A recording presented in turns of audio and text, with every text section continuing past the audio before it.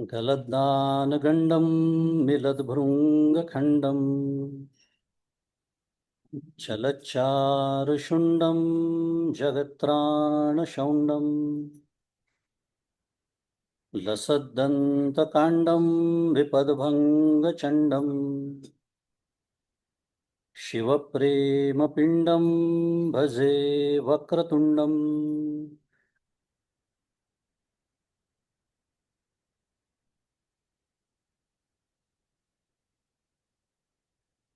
अहं निर्विकल्पो निराकाररूपो विभुर्व्याप्य सर्वत्र सर्वेन्द्रियाणां सदा मे समत्वं न मुक्तिर्न बन्धः चिदानन्दरूप शिवोऽहं शिवोऽहम् चिदानन्दरूप शिवोऽहं शिवोऽहम्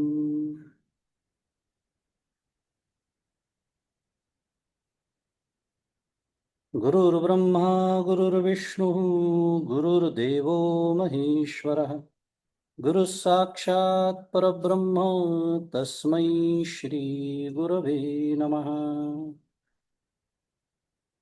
ब्रह्मानन्दं परमसुखदं केवलं ज्ञानमूर्तिं द्वन्द्वातीतं गगनसदृशं तत्त्वमस्यादिलक्ष्यम् एकं नित्यं विमलमचलं सर्वधी साक्षिभूतं भावातीतं त्रिगुणरहितं सद्गुरुं तन्नमामि। श्री सद्गुरुनाथ महाराज की जय। जय जय रघुवीर समर्थ।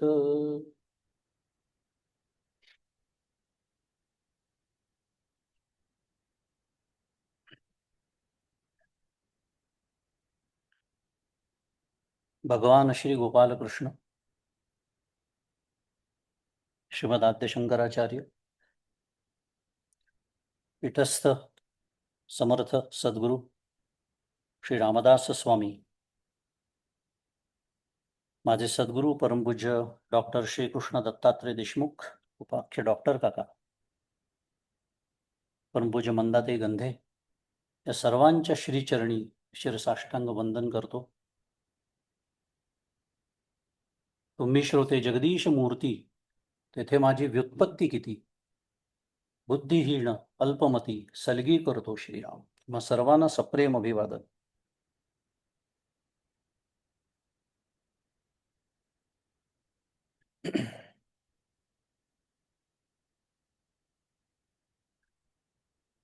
साडेचार वाजले आणि आपल्याला एक साधारण 1 तास वेळ देण्यात आलेला आहे।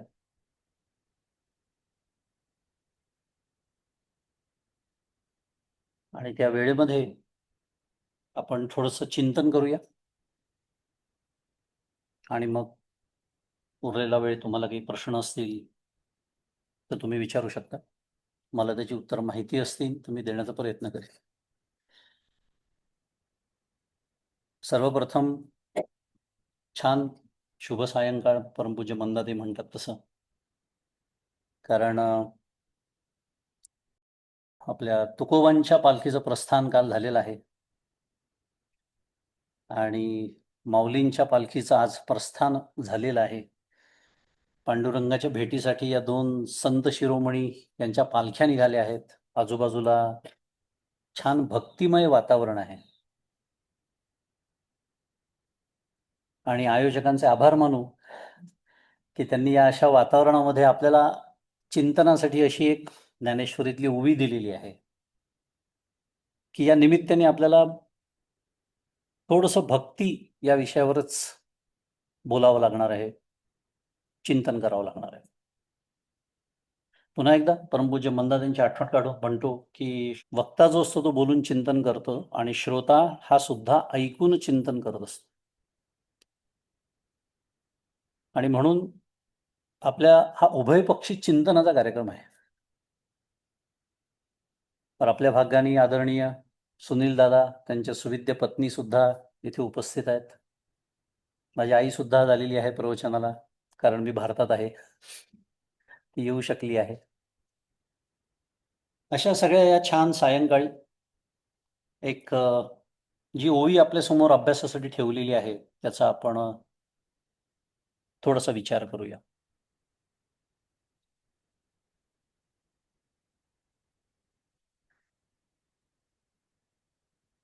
तरी झडझडून वहिला निघ. ओवी सांगतो पहिले, पाठ असेल अनेकांना कदाचित. तरी झडझडून वहिला निघ, ये भक्तीचे वाटे लाग. जिया पावसी अव्यंग निजधाम माझे. आता जर मी विसरलो तर तुमची जबाबदारी आहे सांगण्याची. माझी जबाबदारी संपली. गमतीचा विषय, ही 9व्या अध्यायातली ओवी आपल्याला आयोजकांची इच्छा होती की त्याच्यावर थोडंसं काहीतरी बोलावं. छान ओवी आहे. तरी झडझडून वहिला निघ, ये भक्तीची वाटे लाग. आणि मी मुद्दाम जाणीवपूर्वक हे बोललो की ही 9व्या अध्यायातली ओवी आहे. आपण त्याचं थोडंसं काय म्हणूया, ज्याला वाच्यार्थ म्हणतात, त्याचा थोडक्यात पटकन विचार करूया. कारण ज्ञानेश्वरीतली ओवी आहे, कधी कधी नुसत्या शब्दांनी अर्थ कळत नाही. पहिले वाच्यार्थ बघूया आणि मग आपल्या चिंतनाकडे बघू. ज्ञानेश्वर महाराज म्हणतात आहे की तरी झडझडून वहिला निघा.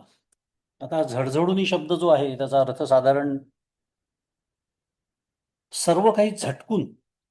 तो पक्षी असतो ना, असं झडझडून स्वतःचे पंख पावसामध्ये आपण बघतो, त्याच्या अंगावर पाणी पडतं पावसाचं, म्हणजे तो मोकळा होतो.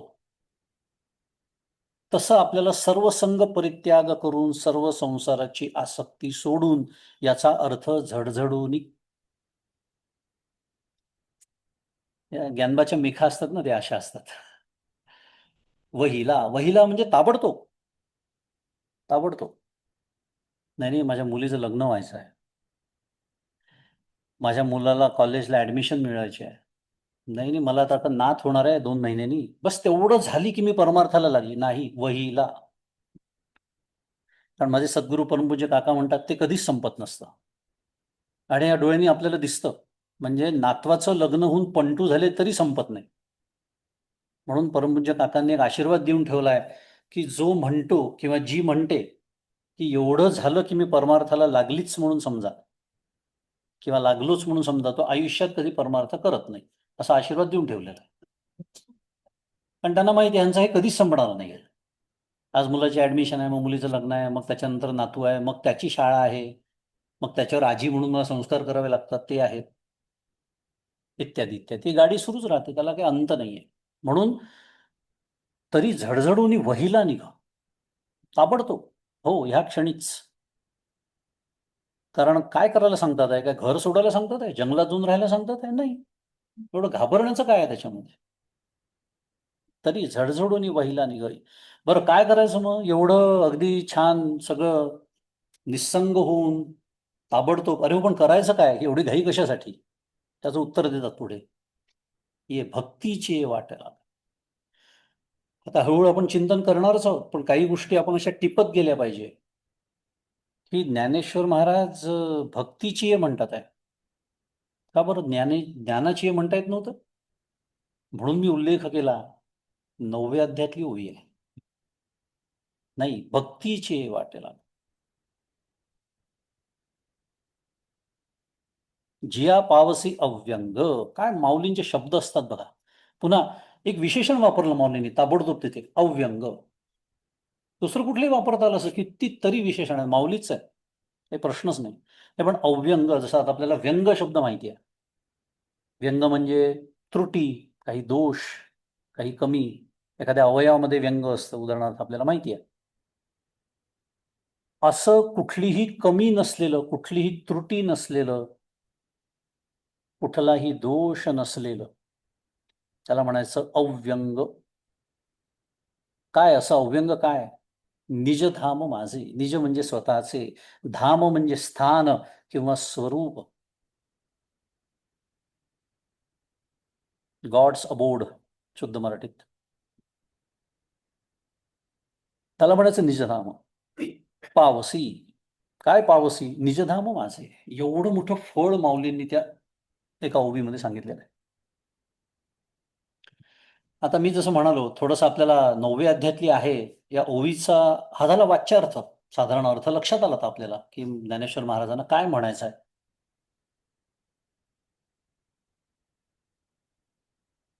त्याचा संदर्भ जर आपण बघायला गेलो तर 9व्या अध्यायातली 516 क्रमांकाची ओवी आहे.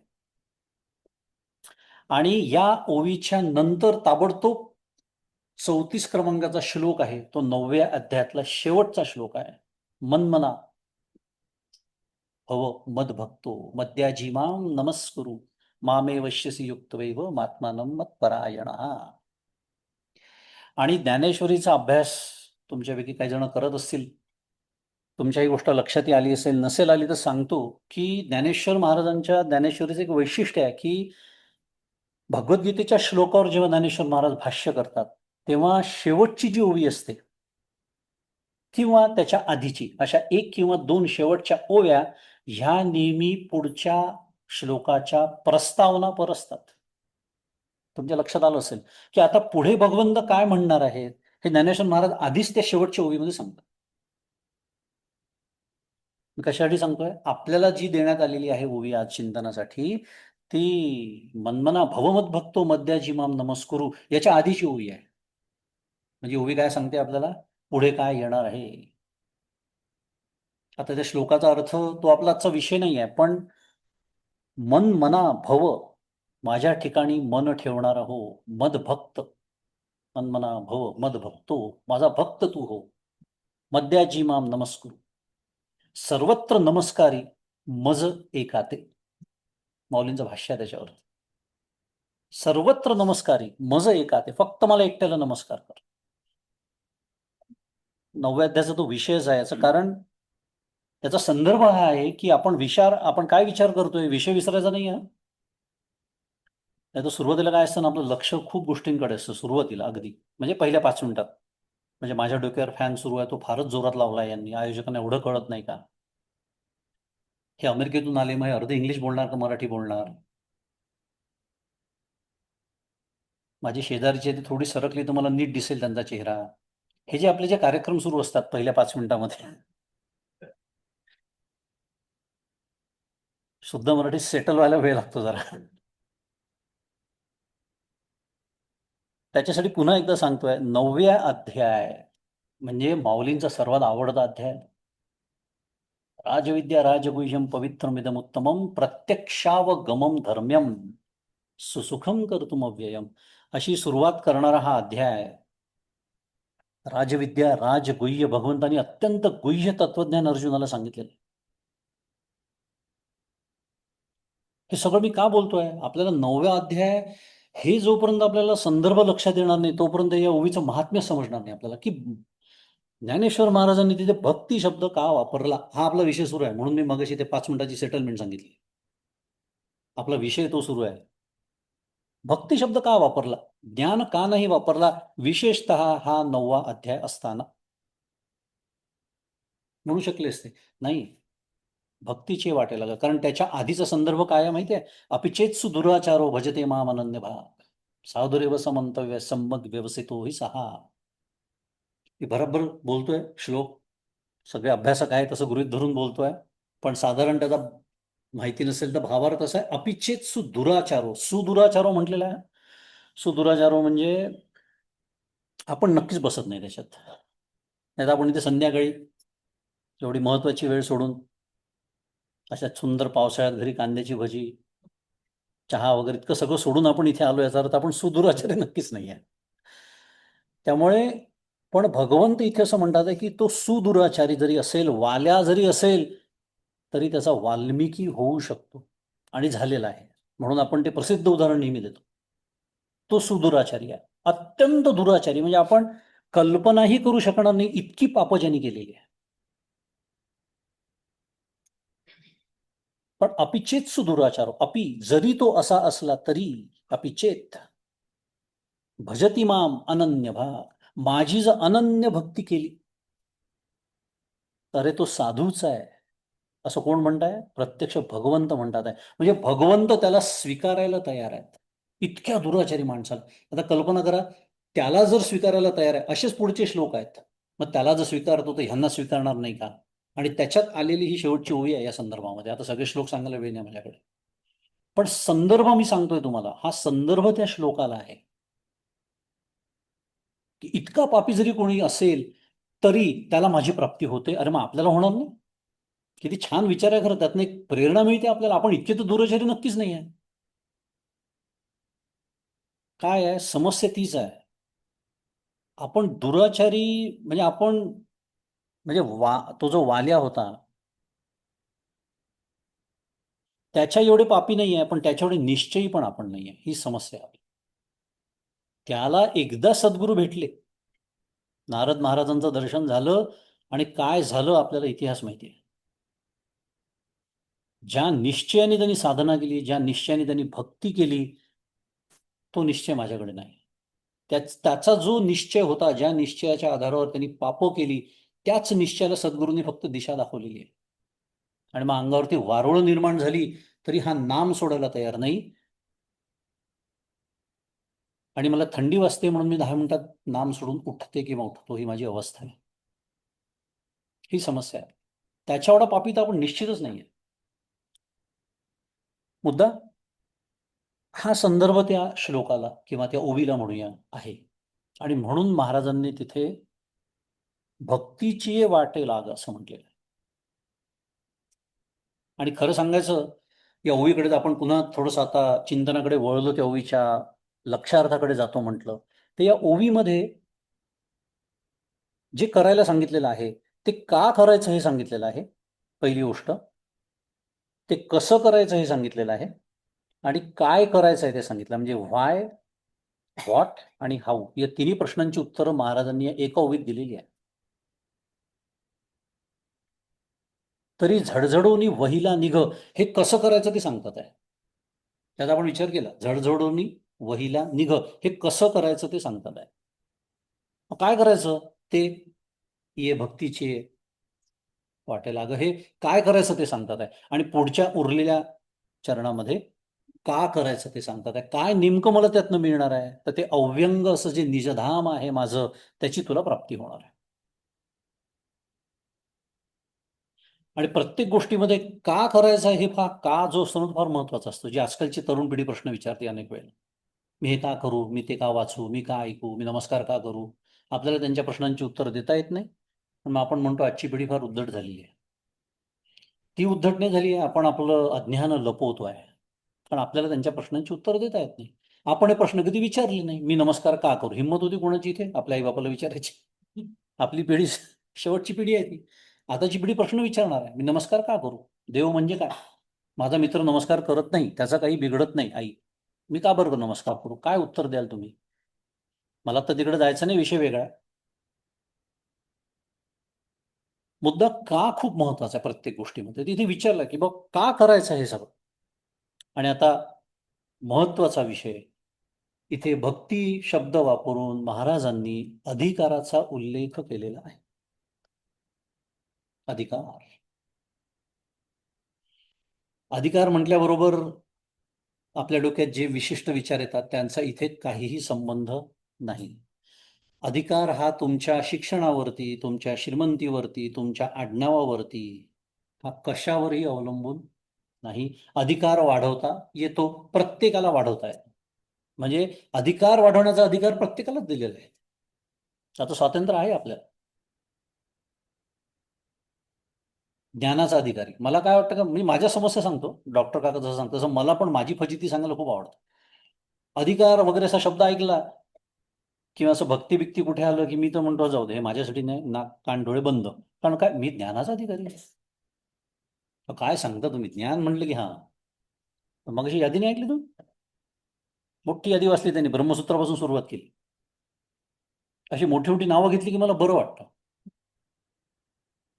हे काय चालले आपल्या वारीमध्ये वगैरे, तुम्ही असं ब्रह्मसूत्र म्हणा, काहीतरी विचारसागर म्हणा, अशी मोठी मोठी नावं घ्या, विवेक चुडामणी. आता तुम्ही जरा माझ्या स्टेटसचं बोलत आहात, मी माझ्याबद्दल बोलतोय. एकनाथी भागवतामध्ये ज्ञानाचा अधिकारी सांगितलेला आहे. आणि एकनाथी भागवत प्रत्यक्ष भगवंताच्या मुखातून भगवंतच बोलतात आहेत. काय सांगितलं ज्ञानाचा अधिकारी? या लोकापासून त्या ब्रह्मलोकापर्यंत सर्व प्रकारच्या सुखांचं ज्याला अत्यंत विरक्ती आलेली आहे, अत्यंत विरक्त ज्याचं अंतःकरण आहे, एक तर तो, नाही तर जो सर्व संकल्पचा त्याग करून, सर्व संकल्पांचा त्याग करून कर्म सोडून ज्यांनी विधिवत संन्यास घेतलेला आहे, तो ज्ञानाचा अधिकारी आहे. आता प्रत्येकाने आपापल्या अंतःकरणाचा अभ्यास करावा आणि स्वतःला प्रश्न विचारावा, या दोन पैकी मी कशात बसतो? दुसऱ्यात नक्कीच बसत नाही, कारण इथे कोणीच भगवे कापडे घातलेलं मला दिसत नाहीये माझ्यासकट. म्हणजे आपल्यासाठी दुसरा निकष गेला. मग राहिला कोणता? पहिला निकष. विचारा स्वतःच्या अंतःकरणाला. दुसऱ्याला दोन विचारण्याची आवश्यकताच नाही आहे. आपल्याला चांगलं समजतं मी किती विरक्त. आम्ही नेहमी म्हणतो, मी जर विरक्त असतो तर माझा चेहरा असा दिसलाच नसता. असा म्हणजे कसा? जसा आत्ता दिसतोय तसा. तसं काका म्हणतात ना, काय शामराव कसं चाललं? काय नाही, मागच्या पानावरून पुढच्या पानावर. हे जे उत्तर आपण देतो, म्हणजे काय चाललंय रडत खडत आयुष्य, जसं काल होतं तसं आज. कुठल्या तोंडाने म्हणणार आहे मी विरक्त आहे म्हणून? मग जर हे निकष भगवंताचे निकष आहे आणि त्याच्यात मी बसत नाही, तर मी ज्ञानाचा अधिकारी कशावरून आहे? बरं, कर्माचा अधिकारी जो अत्यंत विषयासक्त आहे, अखंड विषयासक्त आहे, अत्यंत भोगी आहे, तो कर्माचा अधिकारी. तो कर्माचा अधिकारी. पण यापरी जो ना विषयासक्त, जो ना निधडा ना विरक्त, तया लागी माझा भक्तिपंथ, मी बोलिलो निश्चित वेदवाक्ये, भगवंत म्हणतात आहे. एकनाथी भागवतातली ओवी आहे. काय म्हणतात आहे भगवंत? आता भक्तीचा अधिकारी सांगतात आहे. यापरी ना तो विषयासक्त, विषयासक्त नाही आहे, पण ना निधडा ना विरक्त. तर मग विषयासक्त नाही ते विरक्त आहे का? नाही, विरक्तीसाठी लागणारं जे धैर्य आहे ते पण त्याच्याजवळ नाहीये. फारसं विषयासक्त नाही आहे, पण विषय सोडण्यासाठी जे धैर्य लागतं ते त्याच्याजवळ नाही. तया लागी माझा भक्तिपंथ, तो भक्तीचा अधिकारी. आता थोडं थोडं जवळ आलं की नाही आपलं? मी माझ्याबद्दल बोलतोय पुन्हा. आता मला असं वाटतं, आता हे थोडंसं माझ्यासाठी चाललेलं आहे. म्हणजे स्पष्ट अर्थ आहे, मी भक्तीचा अधिकारी आहे. आणि पुन्हा एकच आहे, गंमत आहे, मार्गाने कुठलेही गेलो तरी प्राप्ती त्याचीच आहे. पुन्हा प्राप्ती जर तीच असेल तर मार्गाचा हट्ट कशाला पाहिजे? आणि मार्गाचा आपण जेव्हा हट्ट करतो तेव्हा त्या मार्गाने जाऊन आपल्याला जे तो मार्ग देऊ पाहतो ते मिळू शकत नाही, कारण अधिकार नाही. आणि अधिकार नसेल तर व्यवहारात सुद्धा काही मिळत नाही, तर परमार्थात कसं मिळणार? पण मला तसं वाटतं म्हणून मी हे जाणीवपूर्वक बोलतोय, कारण भक्ती या या ओवीतली जी मार्मिकता आहे ती त्या भक्ती शब्दातच आहे. भक्तीची वाटला आता. आता हे जे ग्रंथांची नावं घेतली मी मोठ्या मोठ्या, वेदांताचे ग्रंथ बोलायला मी सांगितलं ना, मला फार आवडतात, कारण माझ्या स्टेटस शुद्ध मराठीत. आता हे जे ग्रंथ आहेत, एक उदाहरण घेऊ. प्रकरण ग्रंथ आहे विवेक चूडामणी सारखा. आता विवेक चूडामणीमध्ये सुरुवातीलाच आचार्य बोलतात आहे, चित्तस्य शुद्धये कर्म न तू वस्तुपलब्धये वस्तू सिद्धिर्विचारेण न किंचित कर्म कोटिभि. काय सांगितलं आचार्यांनी? श्रीमद आद्य शंकराचार्यांनी अधिकारी सांगितलं या ग्रंथाचा. चित्तस्य शुद्धये कर्म न तू वस्तुपलब्धये. वस्तू म्हणजे ब्रह्म, परमार्थामध्ये वस्तू म्हणजे ब्रह्म, देवाची परमात्म्याची प्राप्ती कर्मानी होत नाही. मग कर्माने काय होतं? चित्तस्य शुद्धये, चित्ताची शुद्धी, एवढंच कर्म मला देऊ शकतो. वस्तुसिद्धीर विचारेणं. आता हा जो विचारेणं जो भाग आहे ना, तो अधिकारी सांगितलाय विवेक चूडामणीचा. पण काय होतं, अशा ओव्या माझ्या ह्याच्यातनं निसटून जातात. आणि मला महत्वाचा विषय हा मांडायचा आहे. या ग्रंथांचा, याचा अर्थ या ग्रंथांचा अभ्यास करू नये असं सांगणं सुरू नाही. त्या ग्रंथांचा अभ्यास करत करत आपला अधिकार वाढवायला हवा आहे, हे सांगणं सुरू आहे. गैरसमज करून घेऊ नका कृपा करून. पण हे निश्चित मला माहिती पाहिजे की जोपर्यंत मी अंतःकरणातून पूर्णपणे विरक्त होत नाही, मी विवेक चूडामणीचा अधिकारी नाही. शुद्ध मराठीत पिरियड. आणि माझं म्हणणं नाही, भगवंतांचं म्हणणं आहे, हे आचार्यांचं म्हणणं आहे. हे आचार्यांचं म्हणणं आहे. आणि या असे जे ग्रंथ असतात, प्रकरण ग्रंथ, प्रक्रिया ग्रंथ, या ग्रंथ, त्या ग्रंथाचा जो कर्ता असतो, जसे इथे आद्य शंकराचार्य आहेत, त्यांनी हा ग्रंथ अधिकाऱ्यासाठीच लिहिलेला आहे. आज आपल्याला तो, आज काय झाला, सगळ्यांना सगळं उपलब्ध आहे. आपण बाजारात जातो, विकत घेऊन येतो, नाही तर बटन दाबतो, युट्यूबवर प्रवचन उपलब्ध आहेच. आणि म्हणून अशा ग्रंथांमध्ये अधिकाराचं ऊहापोह सापडत नाही तुम्हाला. कारण तिथे गृहीतच धरलेलं आहे की हा जो आहे हा साधन चतुष्टय संपन्न आहे. विवेक चूडामणीमध्ये जो शिष्य आचार्यांच्या समोर बसलेला आहे तो साधन चतुष्टय संपन्न शिष्य आहे, ज्याचं वर्णन माऊली म्हणते, काना वचनाची भेटी सरिसाची पै किरीटी वस्तू होणी उठी कवणू एकच. आणि अशी समाधी त्या शिष्याला लागलेली आहे विवेक चूडामणीच्या शेवटी. शेवटचे कितीतरी श्लोक, 25, 30, 35 श्लोक, त्या शिष्याला जो समाधीचा अनुभव आला त्याच्याबद्दलच तो बोलतोय, व्युत्थान पावल्यानंतर. मुद्दा सुरू आहे, गल्लत आपल्याला नको आहे. आपल्या अंतःकरणात हे समजून चालावं की हा, मी करतोय अभ्यास, करते अभ्यास, पण मला ना अधिकार वाढवणं आवश्यक आहे. नाही तर काय होतं, थोडंसं पुन्हा माझ्याबद्दल सांगतोय मी, की थोडं काही समजलं की सांगण्याची हौस निर्माण होते.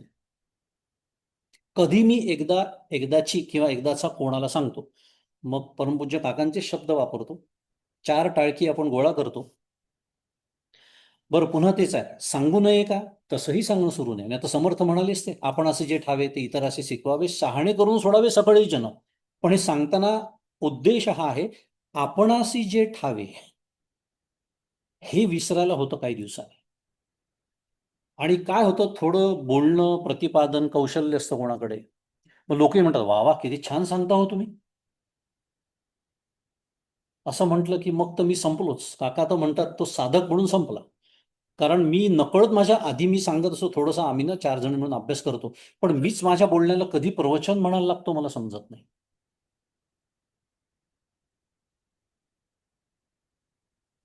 वाघ वैखरी शब्द धरी शास्त्र व्याख्यान कौशलम वैदुष्यम विदुषाम तद्वत भुक्तये न तू मुक्तये. आचार्य बोलतात विवेक चूडामणीमध्ये.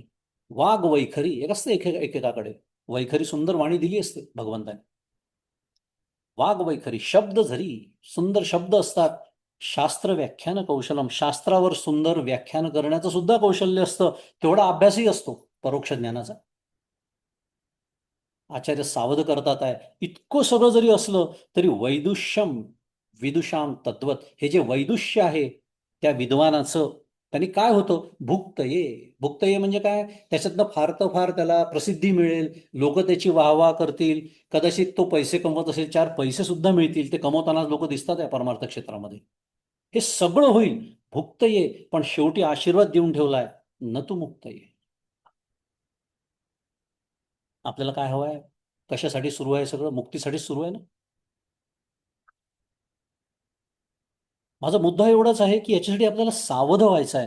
आणि म्हणून ज्ञानेश्वर महाराजांनी बहुतांश लोकांचा विचार करता, कारण आपल्याला शास्त्रांनी मांडणी करून दिली आहे की 80% कर्माचे अधिकारी आहेत, 16% भक्तीचे अधिकारी आहेत, आणि फक्त 4% ज्ञानाचे अधिकारी आहेत.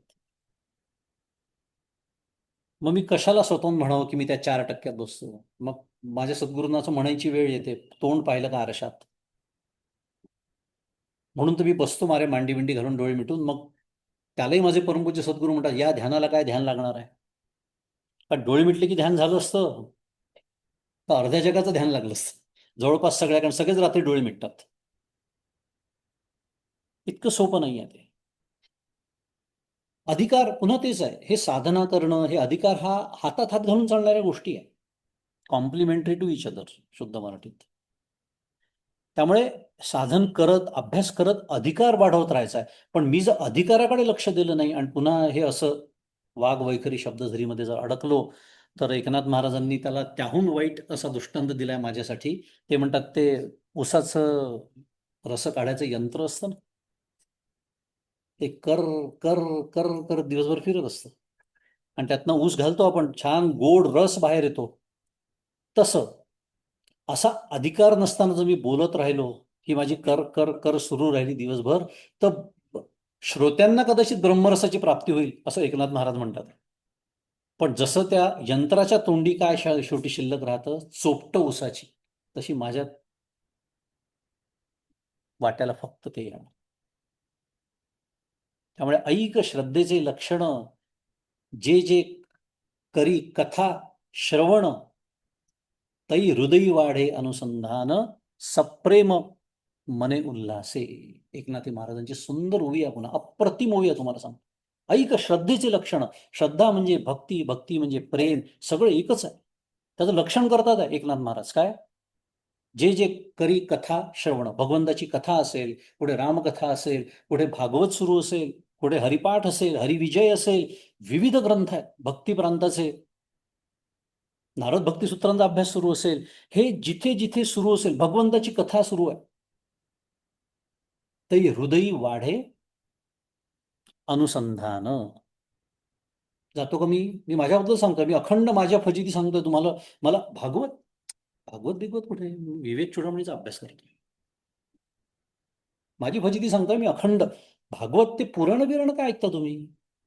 वेदांताबद्दल बोला.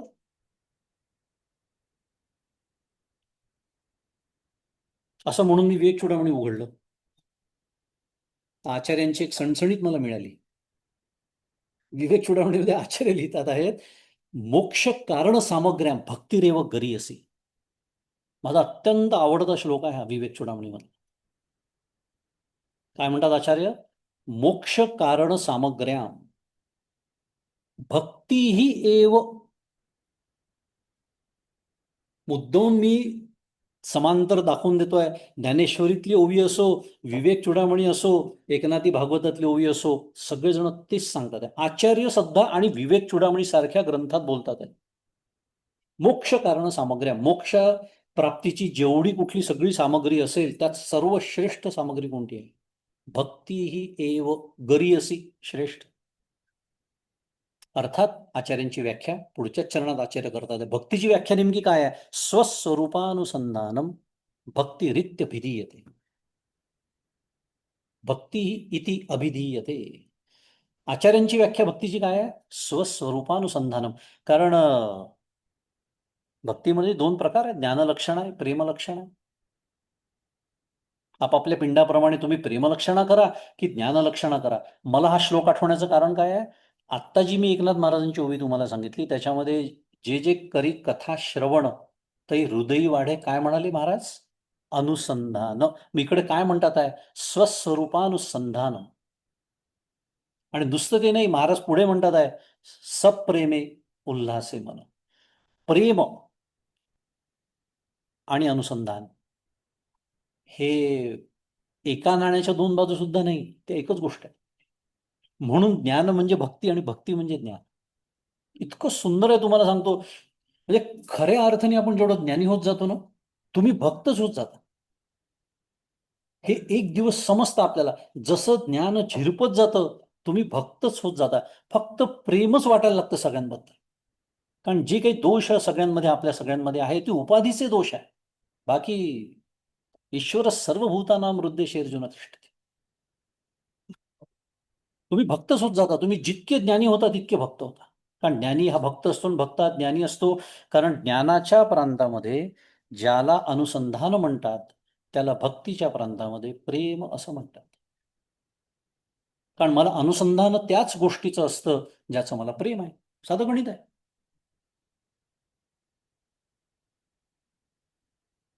त्याच गोष्टीचं मला अनुसंधान आहे ज्याचं मला प्रेम आहे. आणि ज्याचं मला प्रेम आहे त्याचं अनुसंधान मी ठेवतो. काय फरक आहे प्रेम आणि अनुसंधानामध्ये? फक्त थोडे शब्द बदलले, थोडी शैली बदलली, शुद्ध मराठीत अप्रोच बदलला.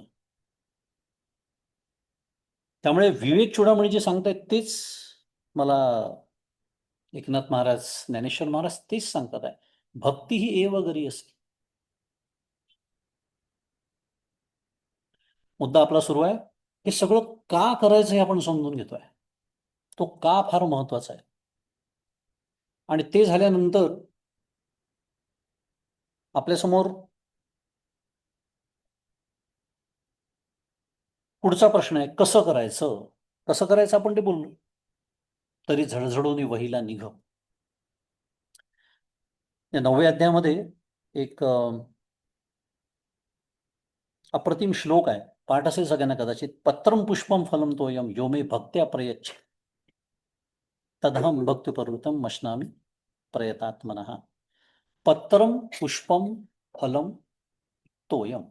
पत्र पान झाडाचं, पुष्प फूल, तोय पाणी, फल एखादं फळ. आता काय आहे, शंकराला बेलाचंच पान पाहिजे, गणपतीला दुर्वाच पाहिजे, हे आपण ठरवलेलं आहे. भगवद्गीतेमध्ये भगवंत सांगतात आहेत. आता तो पूजेचा विधीचा भाग असणं बरोबर आहे, भगवंताला आपलं शंकराला बेलाचंच पान व्हावं. पण इथे मार्मिकता सांगतात आहे भगवंत कशाची. पत्रम पुष्पम फलम तोयम योमे, इथेच तर मी माझं चुकतं, योमे भक्त्या प्रयच्छती. पत्रम पुष्पम फलम तोयम. अहो तुम्ही सांगा फक्त, त्या गणपतीच्या दिवसात पहा, आम्ही गावभर हिंडून 21 पत्री गोळा करून आणतो, फक्त पांढऱ्या दुर्वा म्हणे हिमालयात मिळतात म्हणून तेवढ्या माझ्याकडे नसतात. विनोदाच्या माध्यमातून शिकतोय बरं आपण, हे करू नये नाही चाललेलं आहे. जोपर्यंत मी ह्याच्यामध्ये अडकलेलो आहे, मला एका विशिष्ट कंपनीचीच उदबत्ती लागते, नाही तर बायकोवर मी मग घरात जे काही होतं ते. तुला सांगितलं होतं की मला चंदनच पाहिजे, तू मोगरा का ठेवला. आता चंदन मला पाहिजे का त्याला हवाय. उदबत्ती मी माझ्यासाठी लावतोय का त्याच्यासाठी लावतोय.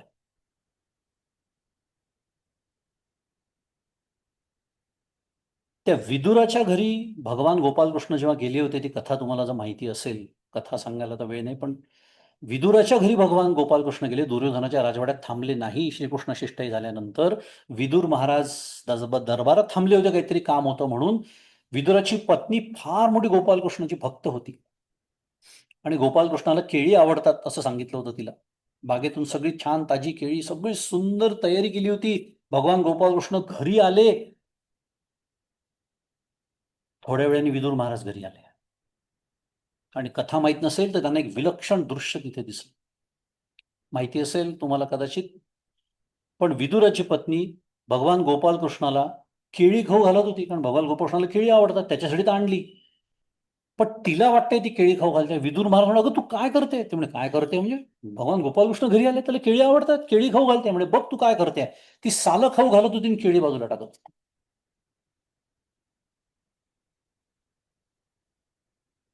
आणि गंमत ही आहे, भगवान गोपालकृष्ण आनंदाने खात होते. का खात होते. पत्रम पुष्पम फलम तोयम. भगवंत स्वतः बोलतात आहेत, अरे शुद्ध मराठीत, आय डू नॉट केअर की तुम्ही कोणत्या झाडाचं पान आणलंय. ही जी पत्रम पुष्पम फलम तोयम आहे ना, ही यादी देण्यामागे भगवंताचा उद्देशच हा आहे की या इतक्या क्षुल्लक गोष्टी आहे की गरीबातल्या गरीबाकडे उपलब्ध आहे. कोणी हे कारण नाही सांगू शकत की माझ्याकडे ना एक पैसा पण नाही भगवंता तुझ्यासाठी नैवेद्य दाखवण्यासाठी. कोणी म्हटलं दाखवा. बाहेर जा, झाडाला पान आहे ना, ते भगवंताच्याच मालकीचं आहे.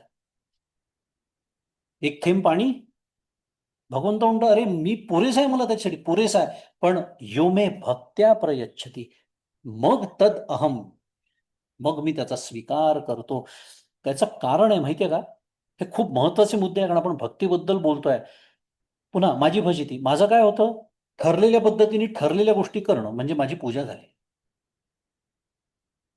म्हणून आटपून टाक, करून टाक, ही जी वाक्य आहे ती मी फक्त पूजेच्या बाबतीत मी राखीव असतात आमच्या घरामध्ये. तू ना आज पूजा करून टाक, माझ्याकडे वेळ नाही. तू माझ्याऐवजी जेवून टाक, असं कधी मी म्हटलं नाही कोणाला असताना. समजतंय.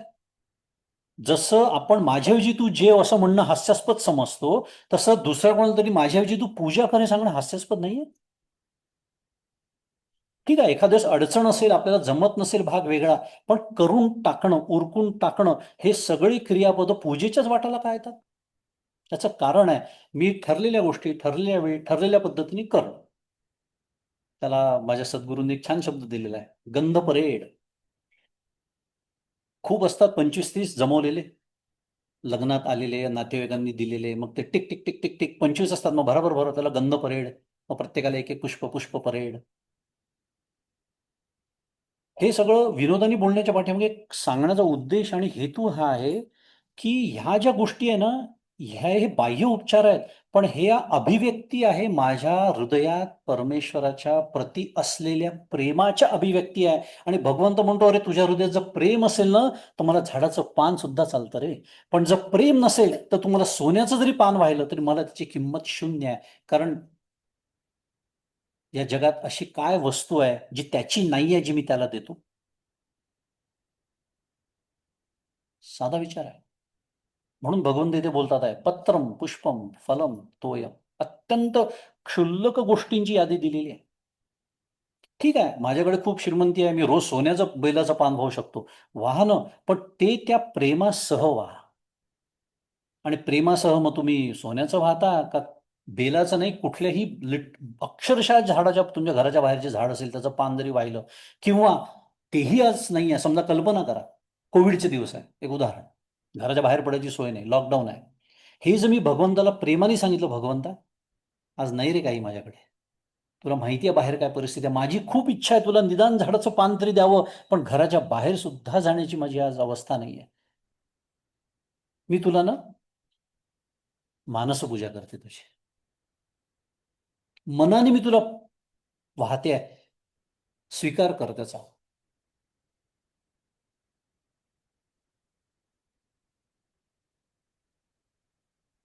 परिभक्ती मी एकू जाणे, तेथ साने थोर न म्हणे. माऊली बोलत्या याच श्लोकावरती, पै भक्ती एकी मी जाणे. भगवंत म्हणतात मी फक्त भक्ती मला समजते, तिथे मी साने थोर न म्हणे. साने म्हणजे मोठं कोण आहे, लहान कोण आहे, तुम्ही किती श्रीमंत आहात, तुम्ही किती यशस्वी आहात, तुम्ही कोणत्या जातीत जन्माला आले, तुम्ही कोणत्या धर्मात जन्माला, काही नाही, संबंध नाही. मी यातलं काहीही पाहत नाही. अहो, भगवंत स्वतः सांगतात आहे, पण माझं लक्ष नाही ते ओव्यांकडे, कारण मी स्वतःला ज्ञानी समजतो ना. मी स्वतःला ज्ञानी समजतो, मी पहिलेच सांगितली माझी समस्या. ते तसान थोर न म्हणे, आम्ही भक्तीचे पाहुणे भलते. अखंड सांगतात आहे भगवंत, की अरे मी फक्त तुझ्या हृदयातलं प्रेम पाहतो, तू काय देतो याच्याशी मला घेणं देणंच नाही, कारण तू मला काय देणार आहे, मी त्रैलोक्याचा स्वामी आहे. तू जे काही देशील ते माझ्याच खिशातलं काढून मला देणार आहे, जे तू आज स्वतःच समजतोय. हे कसं करायचं आपण बघतोय. हा झडझडून वहिला निघ चा हा भावार्थ आहे, हा त्याचा लक्ष्यार्थ आहे. कसं करायचं, मग काय करायचं आहे ते पुढच्या श्लोकात भगवंतांनी सांगितलेलं आहे.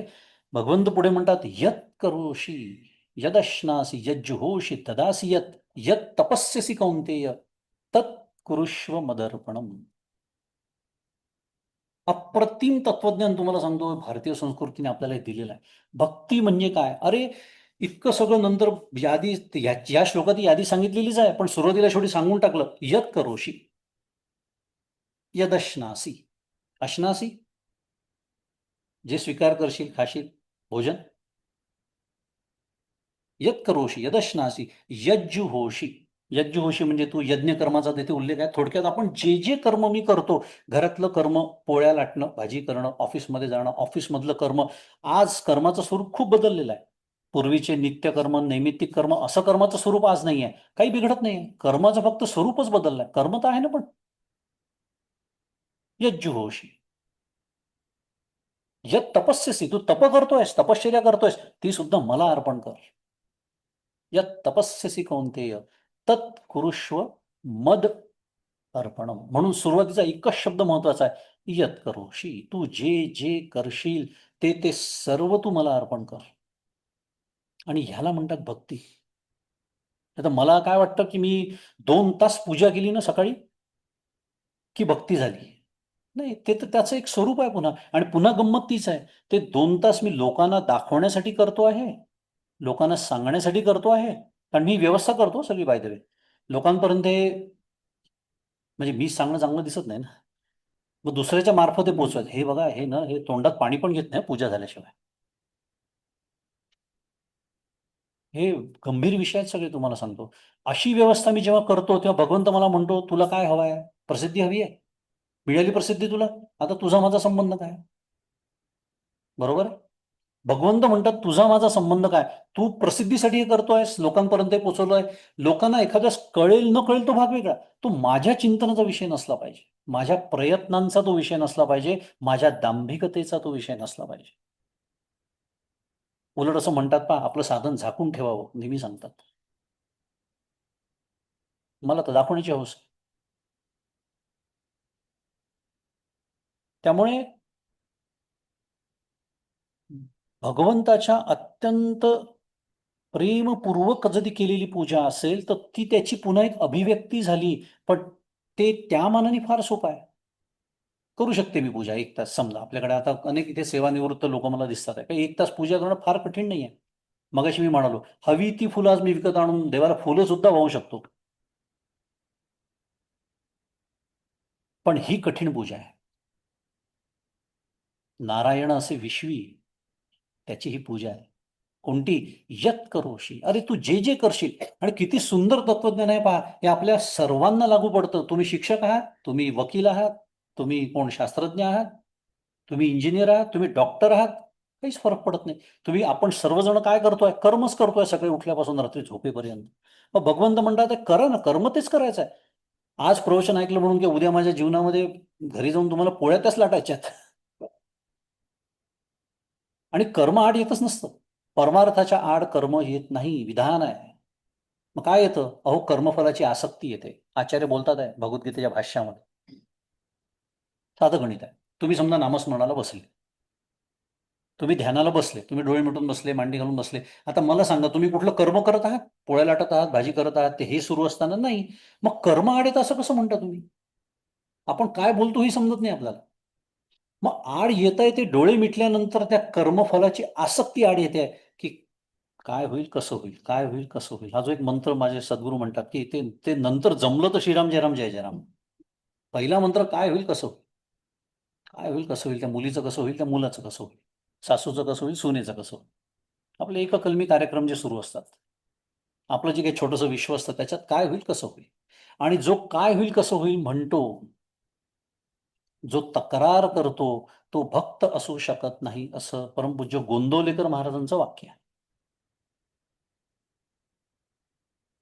खूप महत्वाचा विषय मी तुम्हाला सांगतोय बरं. एक छोटासा बारकावा सांगतो साधनेतला. सगळ्यांचा अनुभवाचा विषय आहे.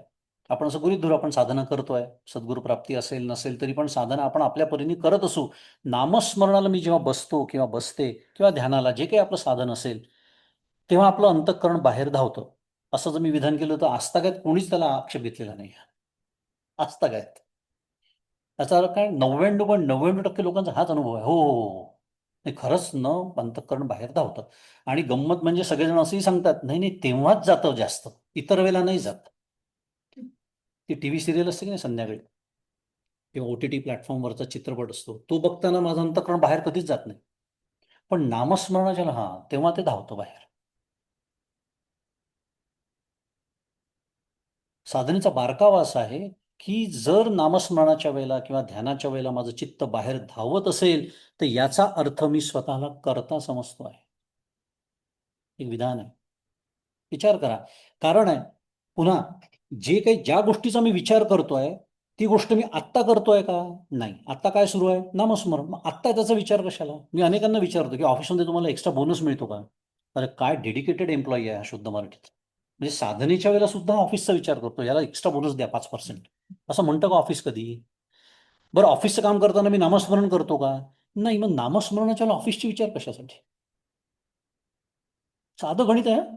साधा तर्क आहे, काही इथे वेदांत बिदांत काही नाही. पण मी बाहेरचा विचार येतो माझ्या मनामध्ये आणि मी काहीतरी भविष्यातल्या गोष्टींचं नियोजन करत बसतो. इकडे नामस्मरण सुरू आहे, ध्यान सुरू आहे, किंवा होऊन गेलेल्या भूतकाळातल्या बुड्या आणि भविष्य काळातल्या उड्या ह्याच्यात जे माझं काही सुरू असतं याचा अर्थ मी स्वतःला करता समजतो. मी ब्रह्मसूत्राचा जरी अभ्यास करत असलो तरी. पण मी जर स्वतःला करता समजत नसेल, मला जर हे मनापासून पटलं असेल की नाही माझं जीवन तो चालवतो, हा विषय सुरू आहे आपला, मी विषय विसरलेलो नाही आहे, तो माझं जीवन चालवतो आहे, म्हणून तर यत करोषि यदश्नासी. आणि हे अत्यंत सोप्या भाषेत गोंंदवलेकर महाराजांनी सुबोधमध्ये सांगितलंय की यज्ञ कसून करीन मी, यशदे रामा नदे तुझी सत्ता, हाची सुबोध गुरूंचा. मानावा राम सर्वथा करता. पण मी रामाला करता मानत नाही, मी कृष्णाला करता मानत नाही, मी सद्गुरूंना करता मानत नाही, मी स्वतःला मानतो. आणि म्हणून तर त्या साधनेच्या वेळेला मी बाहेरचे विचार करतो. जर मला हे मनापासून पटलं असेल की नाही तो करताय, तो आहे गाडी चालवतोय माझी आणि मी पॅसेंजर सीटमध्ये आहे, जणू काही मीच गाडी चालवतो, इतक्या जोरजोरात स्टेअरिंग व्हील हलवत असतो मी. ते असतात ना गाडी टो करून देतात का बंद पडली, त्या गाडीत बसून स्टेअरिंग व्हील फिरवण्यासारखं आहे. हे ज्या क्षणी मला समजेल ना त्या क्षणी विचाराचा संबंध, मी कशाला विचार करू बाहेर, जे काही माझं कर्तव्य आहे ते पूर्ण करून मी बसले आहे की नाही नामसाधनेला. आता त्याचं जे व्हायचं ते होणार आहे, तो तो करणार आहे करता. बरं, आपण, मी नेहमी सांगतो, आपण एवढे भाग्यवान नाही अर्जुनासारखे की त्यांनी यावं दाखवून द्यावं की बघ मी करून ठेवलेलं आहे. त्याला दाखवलं, मारून टाकले आहेत. तू फक्त निमित्त मात्र आहे अर्जुना, निमित्त मात्र भव सव्य साची. तो होता भाग्यवान, त्याला ते प्रत्यक्ष बघायला मिळालं. त्यामुळे त्याला कर्तृत्व सोडणं फार सोपं गेलं म्हणूया आपल्या तुलनेत. आपल्याला हे कितीही समजलं, कितीही वेळा ऐकलं, कितीही वेळा ग्रंथांमध्ये वाचलं, तरी मी भगवंताला करता मानायलाच तयार नाही. मला अजूनही असं वाटतं मीच आहे, मीच ठरवतो माझ्या जीवनाचं काय होणार आहे. मग त्याच्या कर्मविपाक नावाच्या शास्त्राचं काय झालं, एवढ्या मोठ्या कर्मयोगाचं काय झालं त्यांनी भक्त. बरं, भगवंत मा फलेषु कदाचन याच्यामध्ये अधिकाराच्या भाषेत बोलतात आहे. आपण म्हणतो ना एखादा की तू हे असंच, हे गोष्ट कशी काय केली तू, हा तुझा अधिकारच नाहीये असं आपण कधी म्हणतो. जेव्हा निक्षून सांगायचं असेल ना एखादी गोष्ट कोणाला तरी, तेव्हा आपण अधिकाराची भाषा वापरतो. मग भगवंतांनी कोणती भाषा वापरली? कर्मण्येव अधिकार असते. अधिकार, तुम्हाला फलाचा अधिकारच नाहीये. म्हणजे फल पुन्हा गंमतीचं आहे, पगार महिन्याच्या शेवटी मलाच मिळणार आहे, नाहीतर तुम्ही नोकरीच नसती केली. पण किती मिळावा, कसा मिळावा, कधी मिळावा हे तो ठरवतो आहे.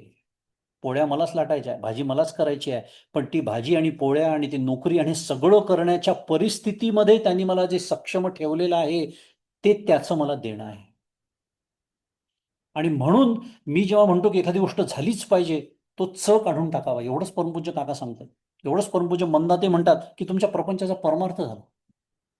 पण माझे सगळे मी प्रपंचासाठी राखून ठेवलेले आहे. हे झालंच पाहिजे, ते झालंच पाहिजे, ते आत्ताच झालं पाहिजे, ते असंच झालं पाहिजे, ते तसंच झालं पाहिजे, ते माझ्याच मनासारखं झालं पाहिजे. आणि इतकं नाही, डॉक्टर काका म्हणतात त्याच्याहून मूर्ख असेल तर तिला तसं होता मिळता कामा नये, महाभाग असतील तर. ते दुसऱ्याला काय मिळावं ही मी ठरवणार. कर्मविभागाचं शास्त्र विसरून गेलेलं आहे, प्रारब्ध शास्त्र विसरून गेलेलं आहे. त्यामुळे यत करोषी यदश्नासी यज्जुहोषी ददासी यत यत तपस्यसी कौंतेय तत्कुरुष्व मदर्पणम. अप्रतिम भक्तीचं हे सार आहे, तुम्हाला सांगतो सार. प्रतिक्षणी. आणि पुन्हा या सगळ्या गोष्टी कशा हातात घालून चालतात पहा. यत करोशी म्हणजे मी जे जे करते आहे किंवा करतो आहे ते भगवंताला अर्पण करणं मला कधी जमेल, जेव्हा त्याचं अनुसंधान असेल अखंड. त्याचं अनुसंधान अखंड कधी असेल, जेव्हा त्याचं प्रेम असेल. मला अनुसंधान ज्या गोष्टींचं असतं ना माझ्या अंतःकरणामध्ये, साधं गणित आहे, मला त्या गोष्टींचं प्रेम आहे म्हणून अनुसंधान आहे. भगवंत सोडून सर्व गोष्टींचं अनुसंधान आहे मला.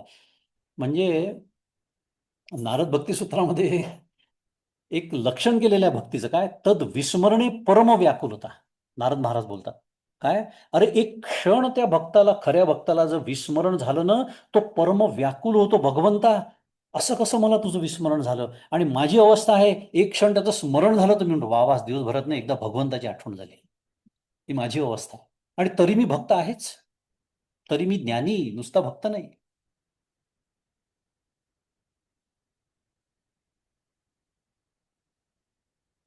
म्हणतात ते म्हणतात कठीण आहे भक्ती, पण सोपी म्हणजे सवंग नाही आहे, एवढं लक्षात ठेवायचं.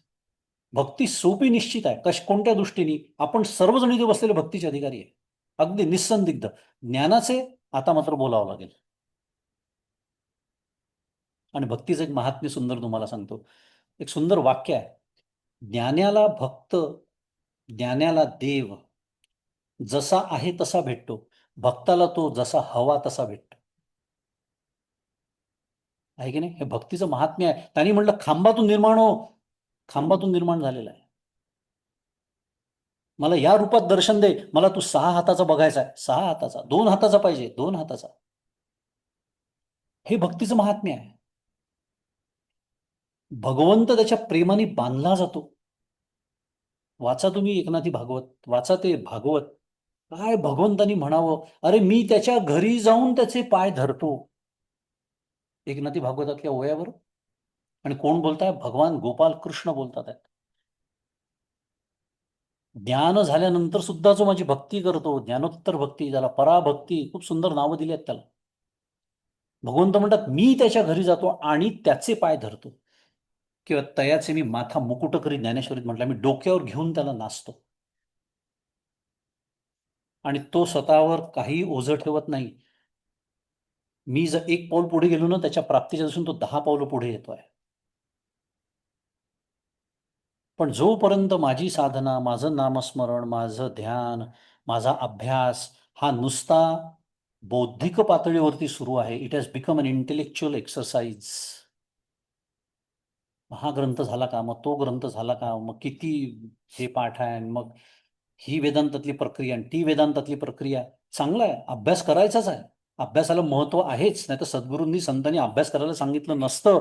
पण पुन्हा शंकराचार्य विवेक चूडामणीमध्ये सांगायला विसरले नाही. अविज्ञाते परे तत्वे शास्त्रादी तिस्तु निष्फला, विज्ञातेपि परे तत्वे शास्त्रादी तिस्तु निष्फला. अविज्ञाते परे तत्वे, मला जर इतकं सगळं करून अनुभव आला नाही तर त्या ज्ञानाची किंमत शून्य आहे. आणि मला अनुभव आल्यानंतरही त्या ज्ञानाची किंमत शून्य आहे. हे लक्षात नाही राहिलं तर ते ज्ञान डोक्यावर बसतं आणि मग ब्रह्मराक्षस होतो. कारण ते ज्ञान जे आहे ते जर मला देत नसेल, जे द्यायला हवं आहे, याचा अर्थ मी अधिकारी नाही आहे अजून.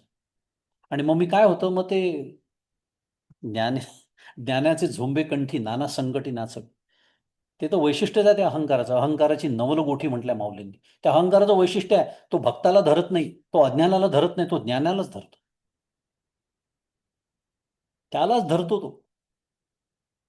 आणि तिथे अहंकार, मला कोण समजता तुम्ही.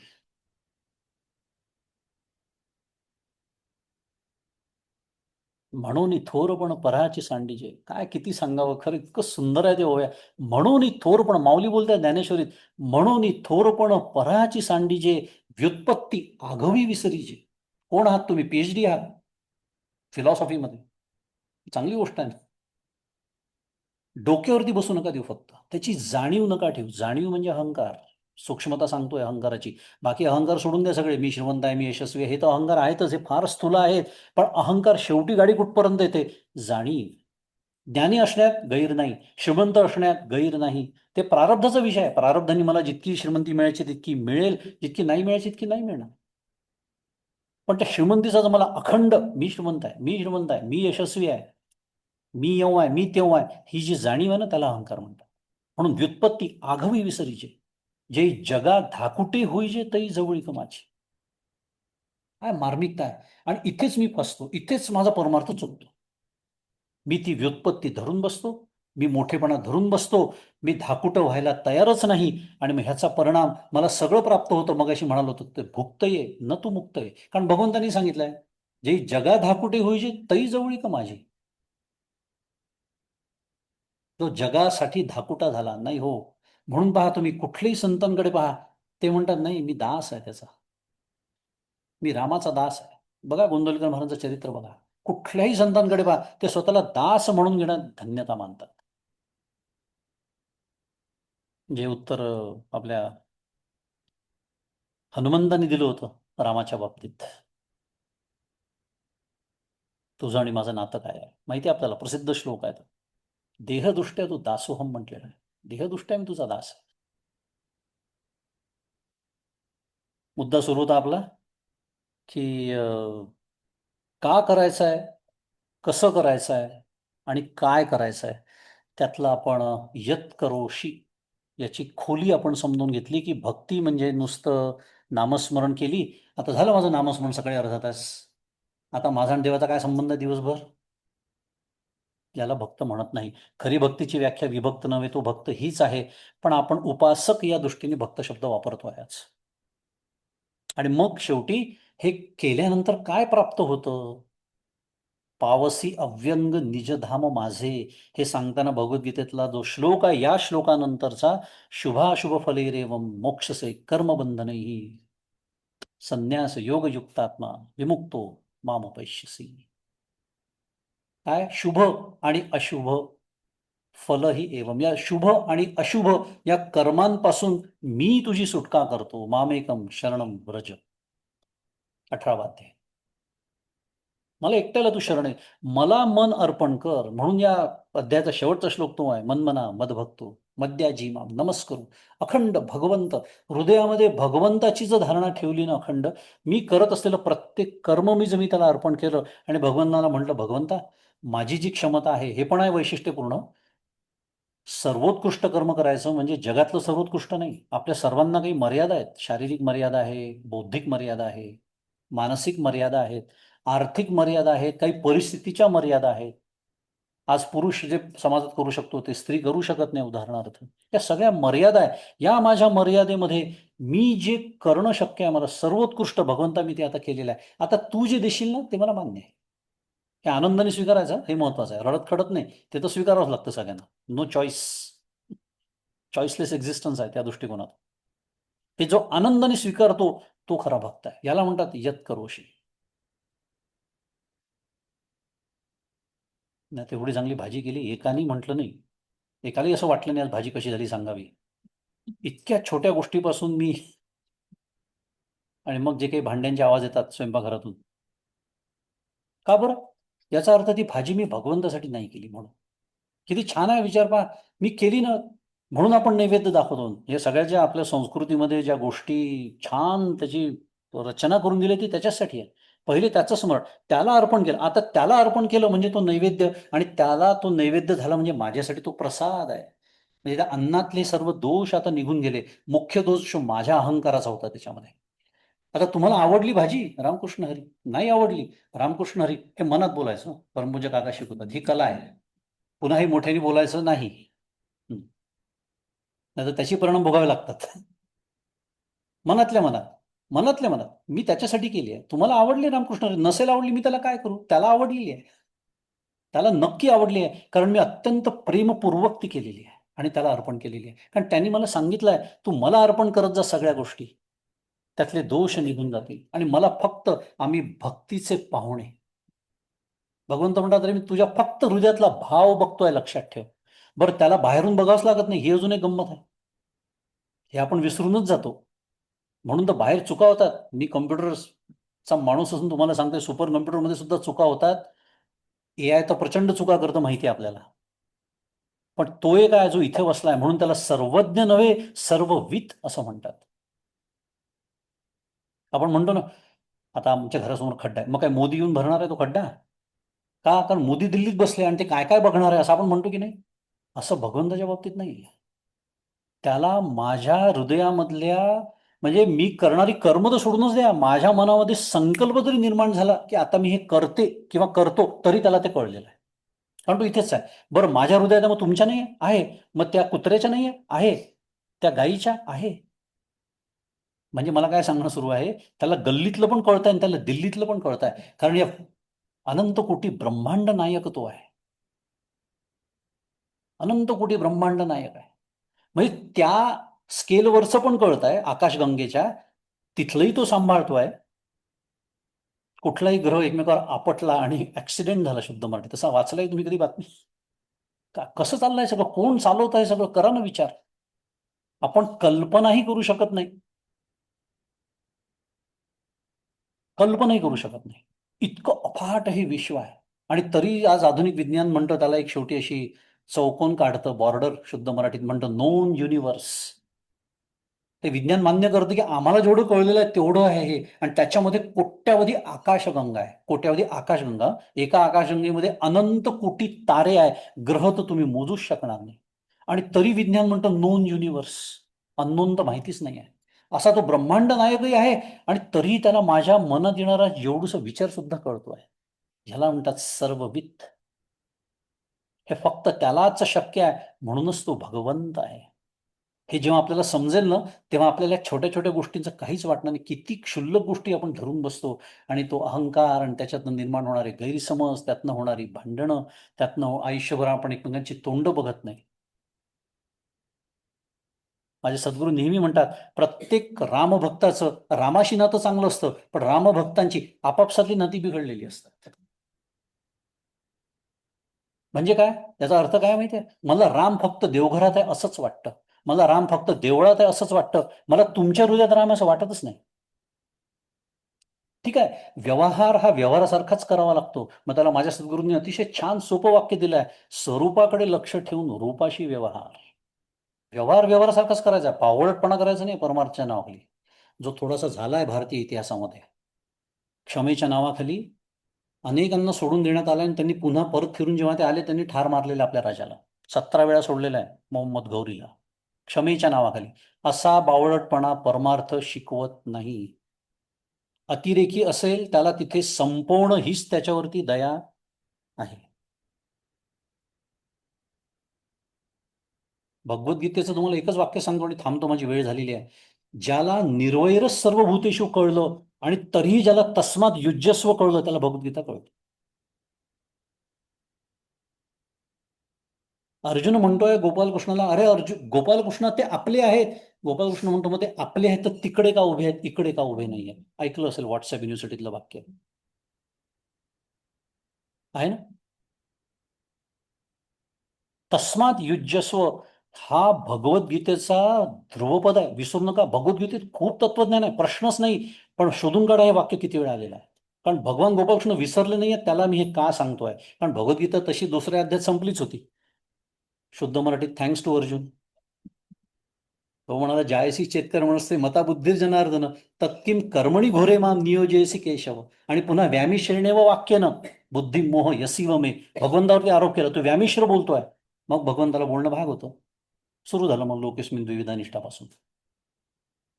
म्हणून म्हणलं थँक्स टू अर्जुन. तो म्हणाला तरी प्रश्न विचारले म्हणून 18 झाले, नाही तर भगवंतांना जे सांगायचं होते सांगून संपलं होतं दुसऱ्या अध्यायामध्ये. अशोचानंद शोचस्तम प्रज्ञा वादांश भाषसेपासून जी सुरुवात केली भगवंतांनी ती येशा स्थिती पर्यंत सगळं संपलं. कारण त्या दोन्ही निष्ठा सांगून झाल्या, ते सगळं झालं होतं. पण अर्जुनाला जे ऐकायचं होतं तेवढंच त्यांनी ऐकलं. म्हणून तो म्हणाला, ज्ञानाच्या गप्पा करतो इकडे मला तू म्हणतो युद्ध कर. मुद्दा आहे आपला सुरू. स्वरूपाकडे लक्ष ठेवून रूपाशी व्यवहार करायचा आहे. व्यवहारात गोंधळ घालणं हे परमार्थाचं उद्दिष्ट नाही. त्यामुळे असा गैरसमज कोणीही करून घेऊ नका की तुमच्या हृदयात राम आहे मग साधं गणित आहे. मग सीता रामाकडे राहिली का आणि रावणाकडे राहिली का? काय रावणाच्या हृदयात नव्हता भगवंत? होता ना. का रावण असा कोणी वेगळा प्राणी होता ज्याच्यात फक्त त्याच्याच हृदयात भगवंत नव्हता? मग राम असं म्हणाले का काय बिघडतं सीता त्याच्याकडे राहिली तरी? असा बावळटपणा आमच्या कुठल्याच देवांनी केलेला नाही, जो आम्ही केला आमच्या इतिहासामध्ये. क्षमा. पण क्षमा म्हणजे काय? रावण असेल, आततायी जो कोणी असेल तर त्याला संपवणं हीच त्याच्यावर क्षमा. आणि साधं गणित तुम्ही मला सांगा. रावण जो आहे तो त्याच्या उपाधीचा दोष आहे. दुर्योधन जो आहे तो त्याच्या उपाधीचा दोष आहे. आणि मला तुम्ही सांगा, जर त्यांना भगवंतानी संपवलं नसतं, आणि आपण संपवणे आपली भाषा आहे, तर भगवंतानी त्याचा उद्धार केला अशीच भाषा आहे. कारण भगवंत उद्धारच करतात. एकाला मारून करतात, ते एकाला आलिंगन देऊन करतात. मात्र उद्धार दोघांचाही आहे. पण व्यवहार जो असतो तो उपाधीचा व्यवहार असतो. त्यामुळे उपाधीकडे बघूनच व्यवहार केला पाहिजे. बावळटपणा करायचा नाहीये. पण पण तस्मात युज्यस्व बरोबर आहे. पण तो पण महत्वाचा आहे. म्हणून मी म्हणालो, ज्याला निर्वैर सर्व भूतेषु कळलं त्याला भगवद्गीता कळलं. भगवंत म्हणतात, अरे अर्जुना लढायचं तर आहेच तुला, पण तुला यांच्याबद्दल वैरभाव आहे म्हणून नाही लढायला सांगत आहे तुला. तसंच तुला यांच्याबद्दल फार प्रेम उफाळून आलाय, तेही चुकीचं आहे. कारण सगळं करून झालेलं आहे, युद्ध लादण्यात आलेलं आहे, हे धर्मयुद्ध आहे. श्रीकृष्ण शिष्टाई सुद्धा सगळं करून झालेलं आहे. 5 गावांवर समाधान मानण्याची तयारी आहे. तो म्हणतो सुईच्या टोकावर मावेल एवढी भूमी देत नाही.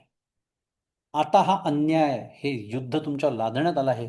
त्यामुळे हे धर्मयुद्ध आहे. तुला त्यांच्याबद्दल प्रेम वाटतं का तुला त्यांच्याबद्दल द्वेष वाटतो हा विषय नाही. म्हणून निर्वैर सर्व भूतांच्या बद्दल निर्वैर राहून आतून प्रेम वाटून सुद्धा व्यवहारामध्ये जसा व्यवहार करायचा आहे तसा करता येऊ शकतो, एवढंच मला सांगायचं. आणि त्याला अतिशय सोपं वाक्य परमपूज्य काकांनी दिलंय, ते म्हणजे स्वरूपाकडे लक्ष ठेवून रूपाशी व्यवहार. पण असं जरी असलं तरी मला तुमच्यामध्ये जे जे देखी जे भूत ते ते मानिजे भगवंत. आणि त्या मानिजेचं कधीतरी असिजे झालं पाहिजे. किती दिवस मानिजे? ह्याला म्हणायचं भक्ती. आणि असं जेव्हा होईल तेव्हा भगवंत म्हणतात आहे, आता मी तुझी सुटका करतो शुभ आणि अशुभ कर्मांच्या फलापासून. शुभ अशुभ फलैरेवम मोक्षसे कर्म बंधनही. या कर्माच्या बंधनातून मी तुझी सुटका करतो. या ही तुझी एकदा सुटका झाली की जे पूर्वीचे अनंत जन्मातली अनंत कर्म आहे त्याचं काय झालं? त्याची सोय पहिल्याच श्लोकात करून ठेवली आहे. राजविद्या राजगुह्यम, त्याला पवित्रम म्हटलेलं आहे. अहो ते ज्ञान इतकं पवित्र आहे. किती पवित्र आहे? ज्या क्षणी त्याची प्राप्ती होते त्या क्षणी अनंत कोटी ही सगळी कर्म जळून भस्मसात होतात. क्षणमात्रात भस्मीसात कुरुते. काय ताकद आहे त्या ज्ञानाची, म्हणून त्याला पवित्र म्हटलेलं आहे भगवंताने. त्या पवित्रमचा हा बारकावा आहे बरं, हा आशय आहे त्याचा. पवित्रम इदम उत्तमम, म्हणून ते उत्तम आहे. आणि या जन्मात माझं जे काही प्रारब्ध आहे ते तर आपण घेऊन आलेलो आहे. ते या देहाला धरून असतं, ते काही सोडत नाही. त्यांनी संतांनाही सोडलेलं नाहीये. संतांची चरित्र वाचा, ते सुरू राहील. आता प्रारब्धानी काय होतं या देहाचं आणि माझ्या परिस्थितीचं याच्यावर माझं काही अवलंबूनच नाही आहे. कारण आता मला परमात्म्याची प्राप्ती झालेली आहे.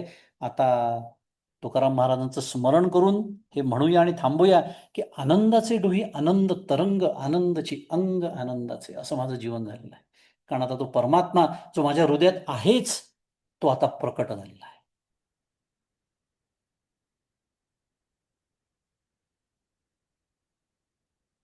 असं परमात्म्याचं प्राकट्य आपल्या सर्वांच्या अंतःकरणामध्ये व्हावं अशी सदिच्छा भगवान गोपालकृष्ण समर्थ रामदास स्वामी माझे सद्गुरू परमपूज्य डॉक्टर काका यांच्या चरणी करतो आणि माझ्या वाणीला विराम देतो. श्री सद्गुरुनाथ महाराज की जय. जय जय रघुवीर समर्थ.